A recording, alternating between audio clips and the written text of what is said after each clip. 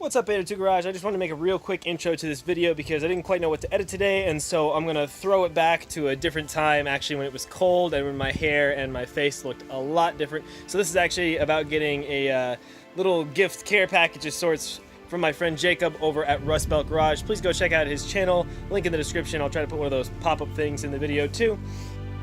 But yeah, basically I've been working outside all day. I'm pretty disgusting, making a lot of progress on the garage. I'll show you that soon.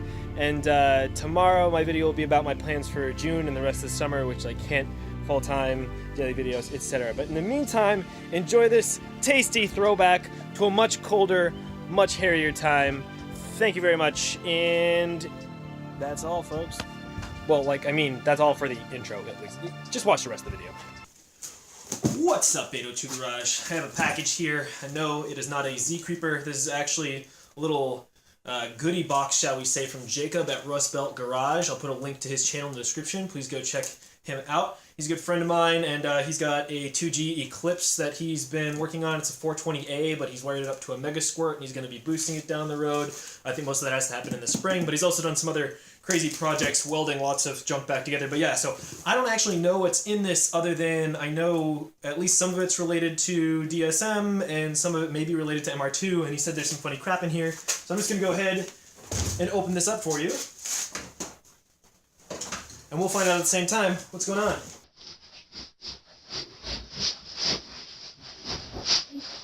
Alright, we got something that's packaged. I already see some cool things. No way. Alright. Well, there's something really cool in the box. I'm going to wait just a second to get to that. So let's see what some of this is. Ooh, I think it's a mug. It is in fact a mug. Just a plain mug. And oh, he gave me some decals. Oh, what up? Look at that marketing right there. Some RBG Rust Belt Garage stickers. And then some fabric bandages. Oh, he's making fun of me for when I almost cut my thumb off. I see how it is. I see how it is. Well, that's cool. So there's that. I get made fun of as usual. That's what all my friends do. Got another little package here.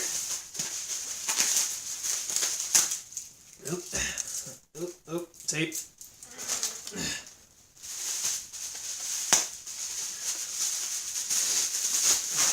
Well, I'm having fun. It's not quite, it's a little bit after Christmas, but oh, well, check this out. It says Plymouth on it. So, clearly part of a steering wheel, right? And I'm guessing, hopefully nothing fragile is in there. But that goes to complete this. So this must be, I remember he had one like this. Maybe he installed it on his car. And I think I said something about how cool it was. So I think this is a 1G steering wheel, or because it's for the Plymouth Laser.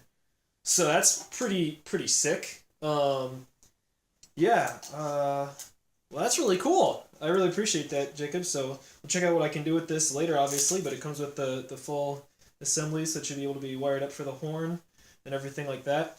Nice and lightweight. No airbags, so that's maybe a little bit sketchy, but I don't think Jacob wants me to die or anything. I won't hold him against him. Oh, and then let's see here. 2G DSM upper ball joints is what was in the box. What do you know? It's 2G DSM upper ball joints, because mine are kind of crap on my car. Yeah, that's awesome. Not going to complain about that. These things look pretty hefty, too. Heavy duty. I don't actually know what the brand is. Oh, yeah, he labeled it 2G DSM upper ball joints. Used to be LED headlamps, but that's sweet. So I have 2 upper ball joints for my DSM. And then one last box, or bag, whatever you want to call it.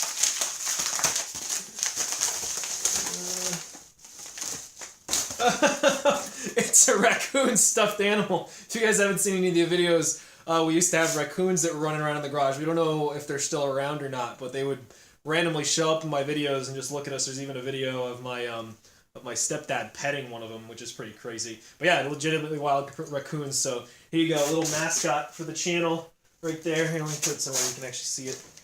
So you got that. So I think that's it. Man, that's pretty awesome. Thank you so much to Jaycob from Rust Belt Garage. Again, everybody go check out his channel. I sent him a DSM part a little while ago too, some stuff that I helped put out with Caleb. They weren't gifts, unfortunately, because, you know, they weren't mine to give away. But, yeah, so this is sick, this older style Plymouth steering wheel. And a little bit of making fun of me, channel mascot, and some ball joints to help me out with my DSM project. So, super appreciate that. Hope you all enjoyed this quick video. I do have one other thing to show you, some stuff that I unboxed like just before Christmas actually, but it's just some Subaru stuff. So stick around if you want to see that, and I'll catch y'all soon. Alright, yeah, there we go. So, this is not super exciting, but no idea what video this will end up in. New battery terminals for the WRX. These are Equine brand. I don't know, whatever. Anyway, they're like $13 on Amazon. I'll put the link in the description, but I'm going to do a full video on installing these. They actually look a little bit better than I expected, honestly. Come with the little pads that are supposed to help prevent corrosion, and they're nice and thick, so that means those threads are coarse, so even if this is a little bit weaker metal, they should hold up pretty dang well, and the square heads fit nicely there. So yeah, again, I'll put a link in the description if you guys have ever been looking into replacing your battery terminals. I spent quite a while looking around at which ones would give you the best current handling and be easy to install, and would also hopefully fit under like factory little cover things. So we'll see when I do the install video. And then otherwise, I got a couple of Wix 51334 oil filters. These are for the older EJ engines. You actually can use them on any of the EJ engines, really up through the EJ20, I think. I don't know about the 25. But they're the older ones, so they're a little bit wider, have a little bit more capacity. And so I got one for my car, the 93 Impreza 1.8 liter, and I got one for my mom's car, the 97 2.2 liter. I've run these filters on my 93 since basically 96,000 miles, and it's gone another 100K, so I trust them pretty well. They do have an anti-drain back valve. They don't have the correct bypass valve setting for Subaru, which is 23 PSI for those older cars at least. I think they're only like 8 to 11 or something like that, 8 to 11, which seems really low, but also because they're the wider filters, I think there may be a larger surface area on the bypass valve, and so that's why the setting is lower. No idea. Either way, for really cold starts, it's not a bad thing to have a low bypass setting, so that your engine actually gets oil rather than just trying to suck it through and not being lubricated right away. Anyway, good filters as far as I'm concerned. I know that Wix has changed manufacturers over time, but check this out. Made in the USA. So there you go. Your Subaru 51334 oil filters. Made in the USA. That's interesting. I wonder if this one's the same. Yep, made in the USA. I'm pretty sure I've gotten them from other facilities before, but yeah, they're nice quality filters. They've worked very well for me. Nice and hefty, good capacity. That's going to be all for now, folks. Hope you enjoyed this, and I'll be installing those clamps onto the WRX pretty soon and doing some oil changes here. And thank you again to Jaycob from Rust Belt Garage. Link in the description. I'll catch you all soon on Native 2 Garage.